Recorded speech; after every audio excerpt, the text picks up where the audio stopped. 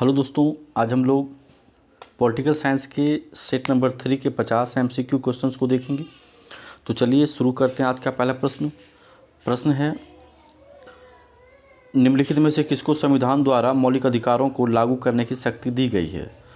तो सर्वोच्च न्यायालय एवं उच्च न्यायालय को जो है यह शक्ति दिया गया है मौलिक अधिकार को लागू करने का। तो मौलिक अधिकार को लागू करने की शक्ति किसे दिया गया है? सर्वोच्च न्यायालय एवं उच्च न्यायालय को। तो यहाँ से मौलिक अधिकार से कुछ प्रश्न बनता है, ये देखते हैं। तो सबसे पहले मौलिक अधिकार का जो वर्णन है संविधान के किस भाग में है? तो अगर भाग पूछा जाए तो भाग 3 होगा। मौलिक अधिकार का वर्णन संविधान के भाग 3 में है। और अनुच्छेद अगर आपसे पूछा जाए तो अनुच्छेद होगा 12 से 35। और एक प्रश्न और बनता है कि भारत का अधिकार पत्र किस भाग को कहा जाता है? तो भाग 3 को जो है भारत का अधिकार पत्र कहा जाता है। भारत का अधिकार पत्र जो है वह भाग 3 को कहा जाता है। यानी अधिकार पत्र का मतलब मैग्ना कार्टा। भारत के किस भाग को संविधान की या फिर संविधान के किस भाग को भारत का मैग्ना कार्टा कहा जाता है? तो वो होगा भाग 3। अगला प्रश्न है, निम्नलिखित में से किस संविधान संशोधन अधिनियम को लघु संविधान यानी मिनी कॉन्स्टिट्यूशन कहा जाता है? तो वह है 42वां संविधान संशोधन, जिसको मिनी कॉन्स्टिट्यूशन कहा जाता है। अगला प्रश्न देखते हैं। अगला प्रश्न है, भारत में पंचायती राज व्यवस्था सर्वप्रथम राजस्थान और डैश में प्रारंभ की गई थी। तो भारत में पंचायती राज व्यवस्था जो है वह सर्वप्रथम जो है सबसे पहले जो है नागौर, जो कि राजस्थान में है, यहाँ शुरू किया गया था, नागौर राजस्थान में। और ये जो टाइम था वो था ये प्रारंभ करने का 2 अक्टूबर 1959 को। ठीक है। उसके बाद इसी वर्ष यानी 1959 में ही ये जो है आंध्र प्रदेश में भी लागू किया गया था। तो यहाँ पे आंसर हो जाएगा आंध्र प्रदेश। ठीक है। अगला प्रश्न देखते हैं। अगला प्रश्न है, पंचायत के चुनाव कराने हेतु निर्णय किसके द्वारा लिया जाता है? तो पंचायत का चुनाव कराने हेतु जो निर्णय है वह राज्य सरकार द्वारा लिया जाता है। अगला है, एक विकास खंड पर पंचायत समिति होती है। तो यह एक प्रशासनिक अधिकारी होता है। एक विकास खंड पर पंचायत समिति जो होता है यह एक प्रशासनिक अधिकरण होता है, प्रशासनिक अधिकरण होता है। अगला प्रश्न देखते हैं। अगला प्रश्न है, भारतीय संविधान में कितनी भाषाएं क्षेत्रीय भाषाओं के रूप में मान्यता प्राप्त हैं? यानी कि संविधान के 8वीं अनुसूची में जो है पहले 14 भाषाएं थी, बाद में 8 भाषाएं और जुड़ गई। और वो किन किन वर्षों में जुड़ा है और कौन कौन संशोधन के तहत जोड़ा गया है मैंने पिछले वीडियो में बताया है। तो टोटल भाषाओं की संख्या जो है वह हो गई है 22। अगला है, किस संविधान संशोधन बिल के द्वारा वोट देने की जो आयु है वह 21 वर्ष से घटाकर 18 वर्ष कर दिया गया है? तो वह है 61वां संविधान संशोधन, जिसके तहत वोट देने की आयु जो है वह 21 वर्ष से घटाकर 18 वर्ष कर दिया गया है। अगला है, 14 अगस्त 2007 को संसद द्वारा भारतीय संविधान में संशोधन के उपरांत अब अनुसूचित जाति की सूची में जातियों की संख्या कितनी है? तो अनुसूचित जाति में जो जातियों की संख्या है वह है 1206। अगला प्रश्न देखते हैं। अगला है, हमारे संविधान के अनुसार राज्यसभा का कार्यकाल जो होता है वह 2 वर्ष में एक बार समाप्त हो जाता है। प्रत्येक 5 वर्ष में समाप्त हो जाता है, प्रत्येक 6 वर्ष में समाप्त हो जाता है। यह समाप्त होने का विषय नहीं है। तो जो है भारत के संविधान में राज्यसभा का जो कार्यकाल का जो वर्णन किया गया वह 6 वर्ष का किया गया, यानी कि कार्यकाल 6 वर्ष का होगा। लेकिन समाप्त होने की बात की गई तो समाप्त होने की बात इसमें नहीं आती है, क्योंकि प्रत्येक 2 वर्ष में जो है 1/3 सदस्य जो है वह क्या होता है, सेवानिवृत्त हो जाता है। ठीक है। इसलिए जो है यह समाप्त होने का विषय नहीं है। राज्यसभा का कार्यकाल जो है यह समाप्त होने की विषय नहीं है, क्योंकि प्रत्येक 2 वर्ष में 1/3 जो सदस्य होते हैं वह सेवानिवृत्त हो जाता है। लेकिन कार्यकाल होता कितने वर्ष का है? तो 6 वर्ष का होता है। अगला है, एक विधेयक जो संसद में प्रस्तुत किया जाता है वह कौन सी क्रिया के बाद अधिनियम बन जाता है? तो कोई भी विधेयक जो है राष्ट्रपति के सहमति से ही अधिनियम या फिर कानून बनता है। तो यह आपका ऑप्शन नंबर बी होगा। अगला प्रश्न है, एक गैर सदस्य के रूप में संसद के किसी एक सदन की कार्यवाही में कौन भाग ले सकता है? तो गैर सदस्य के रूप में जो है वह महान्यायवादी भाग लेता है। और महान्यायवादी का जो संबंध है वह किस अनुच्छेद में है?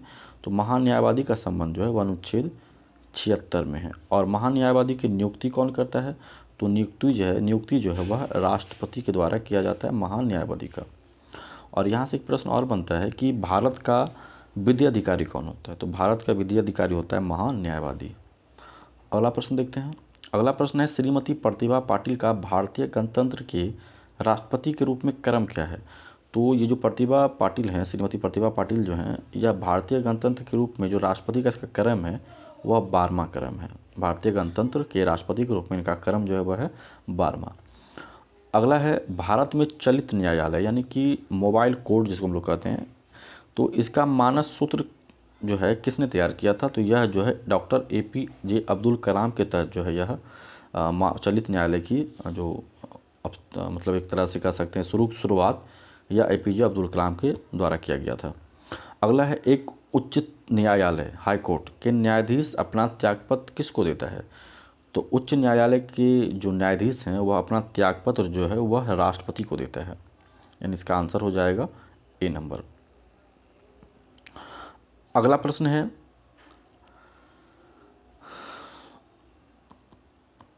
संविधान के किस अनुच्छेद द्वारा सिखों द्वारा कृपाण धारण करना धार्मिक स्वतंत्रता का अंग माना जाता है?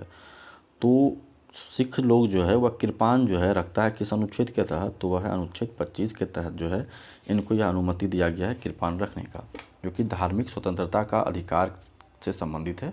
अनुच्छेद 25 इसी के तहत जो है सिख लोग कृपाण धारण कर सकता है।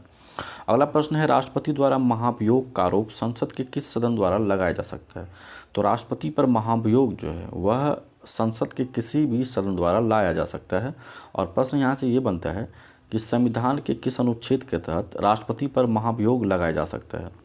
तो राष्ट्रपति पर महाभियोग की प्रक्रिया जो है संविधान के अनुच्छेद 61 में जो है किया गया है।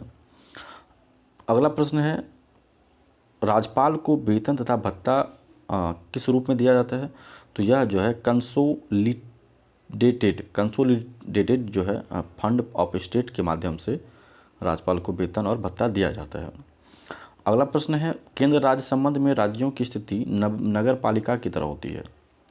केंद्र राज्य संबंध में राज्यों की स्थिति जो है वह नगर पालिका की तरह होती है। और यह जो है कैसी नागरिकता प्रावधान करती है? तो जो है यह यहाँ जो है केंद्र राज्य संबंध में राज्यों की स्थिति नगरपालिका की तरह होती है। यह किस पर निर्भर करता है? तो यह जो है वित्तीय रूप से राज्य के केंद्र पर निर्भर करता है। अगला प्रश्न है, संविधान में हमारे राष्ट्र का उल्लेख जो है किस नाम से किया जाता है?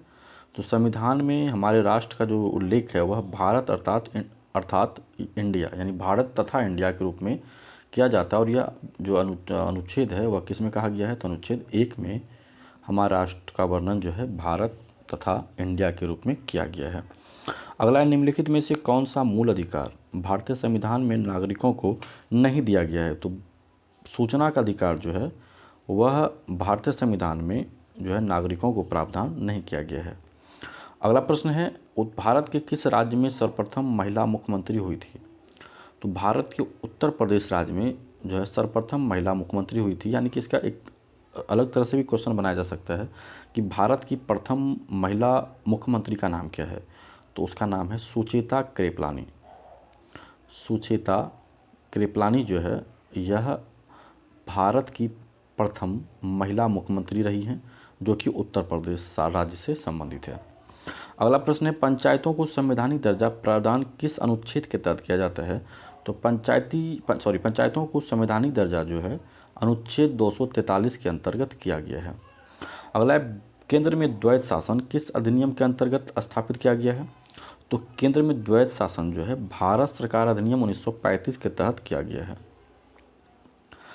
अगला प्रश्न है, भारतीय संविधान के किस अनुच्छेद के अंतर्गत भारत सरकार का दायित्व है कि वह बाह्य आक्रमण एवं आंतरिक अशांति से राज्यों की रक्षा करे? तो राज्यों में बाह्य आक्रमण एवं आंतरिक अशांति से राज्यों की रक्षा करना केंद्र का दायित्व है, और यह जो है अनुच्छेद 355 में कहा गया है। अगला प्रश्न है, गीत जनगण मन को भारत के राष्ट्रगान के रूप में किस वर्ष स्वीकृति प्रदान किया गया है? तो जन गण मन को भारत के राष्ट्रगान के रूप में जो है स्वीकृति मिला 1950 में। अगला है, भारत का अंतिम अंग्रेज वायसराय कौन था? तो भारत का अंतिम अंग्रेज वायसराय जो है लॉर्ड माउंटबेटन थे। अगला है, संविधान सभा के सदस्यों ने भारत के संविधान का प्रारूप तैयार किया था, वह कहाँ से चयनित हुआ था? तो वह जो है विभिन्न प्रदेशों की विधानसभाओं से चयनित हुआ था, जिसके माध्यम से संविधान के प्रारूप को तैयार किया गया था। अगला है, संविधान की मसौदा तैयार करने वाली समिति के अध्यक्ष कौन थे? यानी प्रारूप समिति के अध्यक्ष कौन थे? तो प्रारूप समिति के जो अध्यक्ष हैं वो हैं भीमराव अंबेडकर या फिर BR अम्बेडकर। अगला है, संविधान प्रारूप समिति में अध्यक्ष को मिलाकर कितने सदस्य थे? तो अध्यक्ष को मिलाकर कुल सदस्यों की संख्या जो है वह 7 थी। अगला प्रश्न है, संविधान सभा द्वारा भारत के संविधान को तैयार करने के लिए कितनी समितियों का गठन किया गया था? तो संविधान सभा द्वारा भारत के संविधान को तैयार करने के लिए कुल 13 सदस्यों का समिति जो है गठित किया गया था। अगला, कैबिनेट मिशन प्लान के अधीन बनी संविधान सभा में कितने सदस्य थे? तो कैबिनेट मिशन के द्वारा संविधान सभा जब बनाया गया था तो उस समय सदस्यों की कुल संख्या 389 था। अगला, भारत के संविधान कब लागू हुआ था? तो भारत का संविधान जो है वह 26 जनवरी 1950 को लागू हो चुका था। अगला है, भारत का विभाजन किस तिथि से प्रभाव में आया? तो भारत का विभाजन जो है वह 15 अगस्त 1947 से प्रभाव में आ गया था। अगला, भारत एक संप्रभु लोकतांत्रिक गणराज्य बना, वह कब बना? तो भारत जो है 26 जनवरी 1950 को संप्रभु लोकतांत्रिक गणराज्य बना था। अगला, निम्नलिखित में से भारतीय संविधान के ऊपर सबसे अधिक किसका प्रभाव पड़ा? तो भारतीय संविधान के ऊपर जो है सबसे अधिक प्रभाव भारत शासन अधिनियम या फिर भारत सरकार अधिनियम 1935 का पड़ा था। अगला, विश्व में लिखित संविधान किस देश का सबसे विस्तृत है? तो शायद पिछले वीडियो में मैंने इसके क्वेश्चंस के बारे में जिक्र किया था कि भारत का जो सर्वप्रथम लिखित संविधान जो है वह अमेरिका का रहा है, और अलिखित संविधान का बात किया जाए तो अलिखित संविधान ब्रिटेन का रहा है। लेकिन भारत का जो है विश्व का सबसे लंबा और विस्तृत संविधान है। तो ये जो सवाल में दिया हुआ है, विश्व में लिखित संविधान किस देश का सबसे विस्तृत यानी कि सबसे बड़ा है? तो वह है भारत का। अगला प्रश्न है, स्वतंत्रता प्राप्ति के पश्चात भारतीय राष्ट्रीय कांग्रेस का पहली बार विभाजन कब हुआ था? तो भारतीय राष्ट्रीय कांग्रेस का विभाजन सर्वप्रथम जो है 1969 में यानी 1969 में हुआ था। अगला, संविधान की प्रारूप समिति के समक्ष प्रस्तावना को किसने प्रस्तावित किया था? तो प्रारूप समिति के समक्ष जो है प्रस्तावना को पंडित जवाहरलाल नेहरू ने प्रस्तावित किया था। अगला प्रश्न है, निम्नलिखित में से कौन भारत को एक धर्मनिरपेक्ष राज्य बताता है? तो भारत को एक धर्मनिरपेक्ष राज्य जो है संविधान की प्रस्तावना के तहत बताया गया है। अगला, वर्ष 1947 के बाद निम्नलिखित में से किस राज्य को भारत के संघ के साथ बलपूर्वक मिलाया गया था? तो वह है हैदराबाद, जिसे भारत के संविधान या भारत के संघ में बलपूर्वक जो है मिलाया गया था। अगला, देशी रियासतों के एकीकरण का श्रेय किसको जाता है? तो देशी रियासतों के एकीकरण का श्रेय जो है वह सरदार वल्लभ भाई पटेल को जाता है। अगला प्रश्न है, भारत का संविधान भारत को कैसे वर्णित करता है? तो भारत का संविधान जो है भारत को राज्यों के संघ के रूप में वर्णित करता है। अगला प्रश्न है, किसने कहा था राष्ट्र का निधि निर्देशक तत्व ऐसा चेक है जिसे सुविधापूर्वक भुनाया जा सकता है? तो वह है KT शाह, जिसने यह शब्द कहा है। अगला है, भारत का संविधान जो है कैसी नागरिकता प्रदान करता है? तो भारत का संविधान जो है वह एकल नागरिकता प्रदान करता है। अगला प्रश्न है, भारतीय नागरिकता के लिए आवेदन करने से पहले किसी व्यक्ति के लिए न्यूनतम कितने समय तक भारत में रहना अनिवार्य है? तो वह है 7 वर्ष। अगला है, समान नागरिक संहिता किस राज्य में लागू हुआ है? तो समान नागरिक संहिता जो है वह गोवा राज्य में लागू किया गया था। अगला है, नागरिकों के लिए समान सिविल संहिता किस अनुच्छेद में है? तो नागरिकों के लिए समान सिविल संहिता जो है अनुच्छेद 44 में है। अगला प्रश्न है, किसकी अनुशंसा पर भारतीय संविधान में मूल कर्तव्य को जोड़ा गया है? तो स्वर्ण सिंह रिपोर्ट के अनुसार जो है भारतीय संविधान में मूल कर्तव्यों को जोड़ा गया था। अगला है निम्नलिखित में से ब्रिटिश संविधान की किस विशेषता को भारतीय संविधान में शामिल किया गया है? तो इनमें से संघीय पद्धति को भी, विधि का शासन को भी, विधि निर्माण प्रक्रिया को भी, सभी को जो है शामिल किया गया है। तो आंसर होगा उपरोक्त सभी। उम्मीद करते हैं वीडियो आपको पसंद आता होगा, तो लाइक करिए, सब्सक्राइब करिए, शेयर करिए। मिलते हैं अगले वीडियो में, तब तक के लिए धन्यवाद।